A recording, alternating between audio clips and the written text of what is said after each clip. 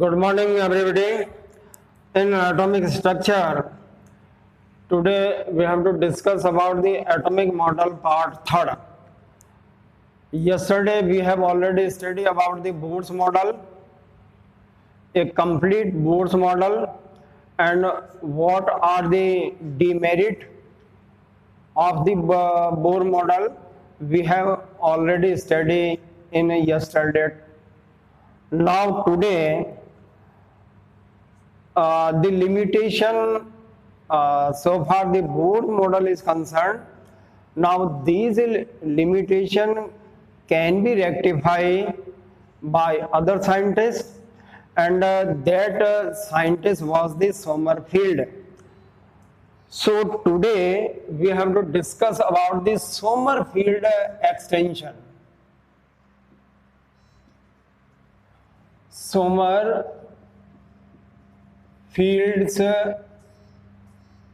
Extension, इसको हम यहाँ पे ये नाम देंगे सोमरफील्ड एक्सटेंशन।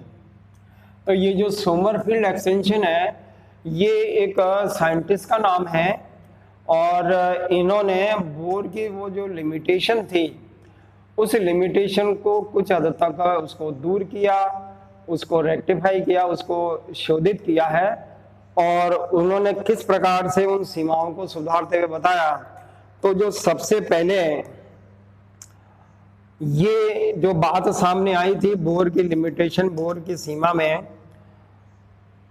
कि जो एकल रेखा है स्पेक्ट्रम लाइन, तो स्पेक्ट्रम लाइन जब हमने उसका एमिशन स्पेक्ट्रम ले लिया रेडिएशन का, उसके बाद में ये जो रेखा है वो again it will split up, वो एक बार फिर से जो है ना वो स्प्लिट होगी।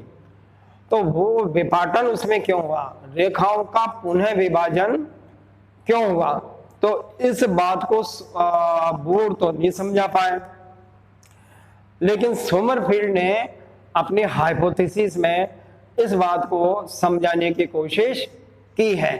तो उनका कहना यह था कि बोर के द्वारा जो वास्तव में हमारा एटॉमिक मॉडल जो बोर्स का था उसमें उन्होंने केवल एक सर्कुलर, एक स्टेशनरी सर्कुलर पाथ की कल्पना करी थी। तो सोमरफील्ड का कहना है कि वास्तव में इलेक्ट्रॉन जो एक हाई वेलोसिटी पार्टिकल है, एक उच्च वेग से घूमने वाला एक बॉडी है, उसका परिक्रमा कक्ष स्थिर कैसे रह सकता है। तो उनका कहना यह था कि वास्तव में ये जब अपना वृत्त बनाते हैं, जैसे मान लीजिए इलेक्ट्रॉन यहां से मूव किया तो अब ये वापस इसी रास्ते में आगे थोड़ा सा डाइवर्ट हो जाता है, ये इस प्रकार से।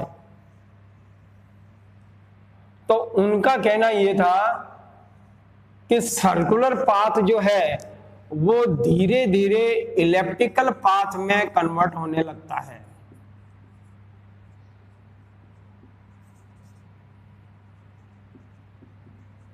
और ये हमारा बोर का सर्कुलर पाथ था।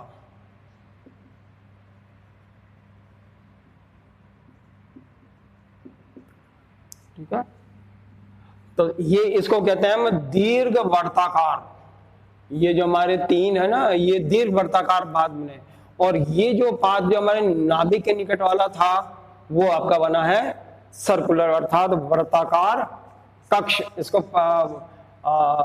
सर्कुलर ऑर्बिटल भी बोलेंगे, और इसको सर्कुलर पाथ भी हम ज्योमेट्री के अंदर इसको इस प्रकार से भी बता सकते हैं।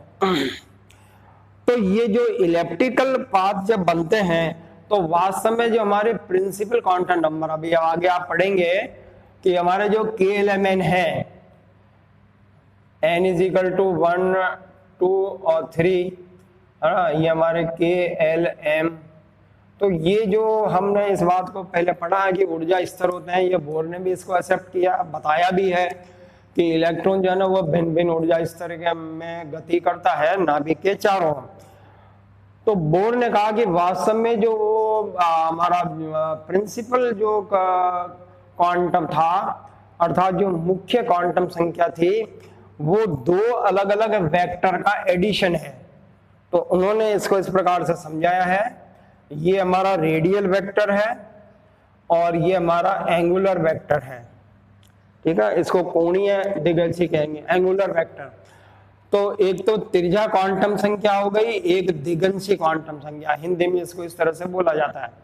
तो ये जो n=1 है, तो n=1 जो है उसमें क्या होता है कि रेडियल वेक्टर होता है, इसका वैल्यू 0 हो जाता है। लेकिन जब नंबर 2 में जाते हैं तो नंबर 2 में जाने पर n=, तो उसमें आपको nr और n आपके जो थीटा है उसके बारे में सोचना पड़ेगा, वो वास्तव में 2 है। तो बोर ने तो केवल एक की कल्पना करी थी कि n=2 का मतलब 2, लेकिन यहाँ पे n=2 का मतलब 2 से नहीं है, उसमें भी फिर आपको 3 अलग अलग स्थान मिलेंगे, ठीक है। अब हम एनर्जी लेवल से आ रहे हैं ऑर्बिटल्स में। तो ऑर्बिटल में आपने देखा होगा कि n=2 के लिए पहले तो वो s में आएगा, जब वो s में रहता है तो उसमें सर्कुलर पाथ बनता है, अर्थात प्रत्येक ऊर्जा स्तर का प्रारंभ जो है वो सर्कुलर पाथ से ही होता है, राइट। लेकिन उसके बाद में फिर वो इलिप्टिकल पाथ या इलिप्टिकल ऑर्बिटल बनने लग जाते हैं। तो उसमें आप में एक तो s हो जाएगा और दूसरा जो बन जाएगा आपका p। तो p के लिए अलग से रेखा बनेगी। तो वास्तव में उन 2 रेखाओं का संयोजन एक था, n=2, लेकिन 2 का मतलब हमने यदि यहाँ पे पढ़ा है कि वास्तव में वो 2 अलग अलग वेक्टर का एडिशन है, ये बोर ने समझाया। अब इसीलिए हम ये कह सकते हैं कि जब एनर्जी का एमिशन होगा तो हमने एमिशन में जब एनर्जी का कैलकुलेशन होगा तो हमने वहां पर n=2 का यूज किया था ऊर्जा कैलकुलेशन में, ऊर्जा निकालते समय। तो वो n=2 अब नहीं रखा जाएगा, अर्थात उसमें हमें n=nr और n थीटा के बारे में विचार करना पड़ेगा, उनके वैल्यूज को हमें पुटअप करनी पड़ेगी। इसलिए वो एकल रेखा जो है वो 2 या 3 रेखाओं में आगे जो भी है उसके अंदर उसकी स्प्लिट हो गई, विपाटन हो गया। तो ये उस पहली कमी का आपको बताया गया कि किस तरह से उस कमी को हमने दूर किया समरफील्ड ने। दूसरी बात कि दीर्घ वर्ताकार कक्ष में इलेक्ट्रॉन जो है जब मूव करता है, ये पहले तो हमने ये आपको इस पर बताया कि वर्ताकार कक्ष क्या होते हैं, इलिप्टिकल क्या होते हैं। नंबर 2 जो है अब आप आ जाएंगे कि दीर्घ वर्ताकार कक्ष में जब त्रिज्या से परिवर्तन होता है, अर्थात हमारा MBR, ये एंगुलर मोमेंटम,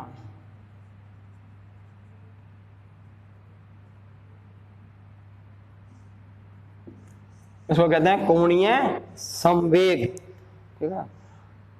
तो जब n=nr n5 में हो गया तो n=2 के लिए या एक पर्टिकुलर n के लिए जो हमने कोणीय संवेग का मान पढ़ा था कांस्टेंट, वो अब कांस्टेंट नहीं रहा, वो भी अब 2 या 3 आगे में विभक्त हो जाएगा। कहने का मतलब हुआ कि ऊर्जा कक्ष में जब इलेक्ट्रॉन का मूवमेंट होता है तो पहले तो वो सर्कुलर पाथ, उसका जो MBR है वो अलग होगा। उसके बाद जब वो इलिप्टिकल स्ट्रक्चर्स में आएंगे, दीर्घ वर्ताकार बनेंगे, तो उस समय उनका कोणीय संवेग अलग हो जाएगा। तो कोणीय संवेग भी भिन्न भिन्न हो रहा है, एंगुलर जो मोमेंटम है वो भी हमारा अलग अलग हो रहा है। और जब एंगुलर मोमेंटम अलग अलग होगा तो उसके लिए उन्होंने सुझाया है कि n= जब 2 होता है, ठीक है, n=2, तो जो हमारी एकल रेखा है ना वो वास्तव में 2 लाइन में विभक्त हो जाती है स्पेक्ट्रम में, और n=3 है तब ये 3 रेखाओं में विभक्त हो जाएगी, और 4 है तो फिर वो 4 में। तो ये n=3 के लिए जो हमारी एकल रेखा थी वो वास्तव में 3 रेखाओं का समूह है।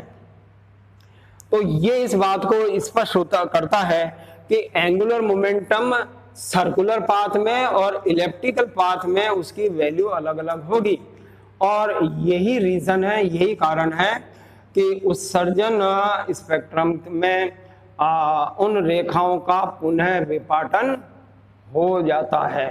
तो तो ये बात जो है वो बोर ने इसको नहीं समझाई थी, वो यहाँ पे इस बात को स्पष्ट कर दिया गया।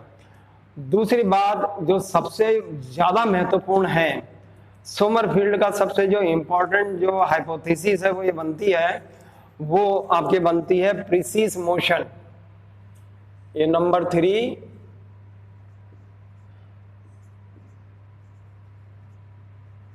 कि इलेक्ट्रॉन जो है ना वो प्रीसीज मोशन करता। अब ये इसको हिंदी में बोलते हैं हम अयन गति। इसको हिंदी में कहा जाता है अयन गति। एक बड़ा ही नया कंसेप्ट उन्होंने वैज्ञानिकों को दिया कि ये प्रीसीज मोशन क्या है। प्रीसीज मोशन को आप यूं समझ सकते हैं, अब जैसे ये डायग्राम आपके सामने, हम यहाँ पर किसी n=2 की बात कर रहे थे, तो n=2 के लिए परिक्रमा कक्ष जो है ना वो निर्धारित हो गया, और उसकी r जो है ना वो बोर के अनुसार निर्धारित हो गई, कांस्टेंट हो गई। तो यहाँ इस स्थिति में जब इलेक्ट्रॉन एक उच्च ऊर्जा युक्त और उच्च वेगशील कण है, तो उसका परिक्रमा कक्ष निरंतर निश्चित नहीं हो सकता। ठीक है, ऐसी स्थिति में अब ये कहा जाएगा कि वो जो तंत्र है, वो बॉडी है, उसकी गति में भी परिवर्तन हो रहा है, तो उसके साथ साथ उसके परिक्रमा कक्ष भी घूम रहा है, परिक्रमा कक्ष भी घूमता हुआ। देखिए इसका एक बड़ा ही बहुत अच्छा एग्जाम्पल है, आप इसको समझ सकते हैं। आप क्या करिए कि एक धागे से एक पत्थर के छोटे से या लकड़ी के टुकड़े को बांध लीजिए और उसको फिर आप घुमाइए, बहुत आप उसको घुमाते घुमाते उसको स्पीड में लेके जाइए, काफी उच्च गति से कीजिए। तो जब उच्च गति से आप करने लगेंगे तो आपकी आंखों के सामने आप इस तरह से उच्च गति में उसको मूव कर रहे हैं, तो गति करते समय वो जो धागा वो एक जगह आपको स्थिर नजर नहीं आएगा, ठीक है, वो अलग अलग जगह पर आपको स्थिर आएगा। यही एग्जांपल इस प्रीसीज मोशन का इलेक्ट्रॉन का है कि जब हमारा हाथ है वो तो हमारा जहाँ से पकड़ रखा वो नाभिक हो गया, और उसके चारों तरफ हमने जब पहले मूवमेंट किया था तो वो आपका वर्ताकार कक्ष था, और जैसे ही गति को हमने बढ़ाया तो वर्ताकार कक्ष जो है वो दीर्घ वर्ताकार कक्ष में, अर्थात कि उसमें परिक्रमा कक्ष स्वयं घूमने लगता है। तो परिक्रमा कक्ष स्वयं की गतिशील होना ही अयन गति कहलाता है। इस प्रकार की गति को हम अयन गति कहते हैं। तो इलेक्ट्रॉन जो है ना वो अयन गति होने के कारण उनमें भिन्न भिन्न रेखाएं में स्पष्ट नजर आएंगे। ये इस सोमरफील्ड की अपनी एक विशेषता है। अब इसमें क्या क्या कमियां रह गई, तो सबसे पहले कमी आपकी ये है कि ये सोमरफील्ड एक्सटेंशन जो है वो भी केवल हाइड्रोजन जो हमारा एटॉमिक मॉडल है ये उसी के लिए एप्लीकेबल है, अर्थात जो हमारे मल्टी इलेक्ट्रॉन सिस्टम है, बहु इलेक्ट्रॉनिक जो परमाणु हैं उनके लिए इसका हम अप्लाई नहीं कर सकते। ये एक कमी अभी भी बनी हुई है। नंबर 2 कि जो दिगंशी क्वांटम संख्या जो थी उसके मान और तरंग यांत्रिकी, अब एक नया कंसेप्ट आप आगे आप जोड़ेंगे वेव मैकेनिक्स में, इन प्राप्त मानों में अनुरूप नहीं है। तो जो ये दिगंशी क्वांटम संख्या यहाँ पे इन्होंने बताई है, एक अलग से दिगंशी क्वांटम संख्या, तो ये दिगंशी क्वांटम संख्या जो है वो बन तो गई, लेकिन हमने इसको थ्योरेटिकली एक्सेप्ट तो कर लिया, लेकिन आपके जो वेव मैकेनिक्स हैं उसमें इसकी व्याख्या पूर्ण रूप से नहीं हो पाई है। वेव मैकेनिक्स भी आगे अब आप पढ़ेंगे इसको, तरंग यांत्रिकी जिसे बोलते हैं, क्योंकि आपको मालूम है कि इलेक्ट्रॉन जो है ना वो एक द्वैत पार्टिकल है, और इस द्वैत पार्टिकल में उसकी जो है ना वो दो तरह की स्थिति बन गई, एक तो पार्टिकल नेचर और दूसरी आपके हो गई वेव नेचर। तो वेव नेचर जो है ना वो वेव मैकेनिक्स पर आधारित होंगी, तरंग यांत्रिकी पे होगी। तो तरंग यांत्रिकी जो है वो सिद्धांत वो आगे आपको बताया जाएगा, और इस तरह से जो है अब हम इस सोमरफील्ड एक्सटेंशन को यहीं पे समाप्त करेंगे और कल आपको वेव मैकेनिक्स बताएंगे।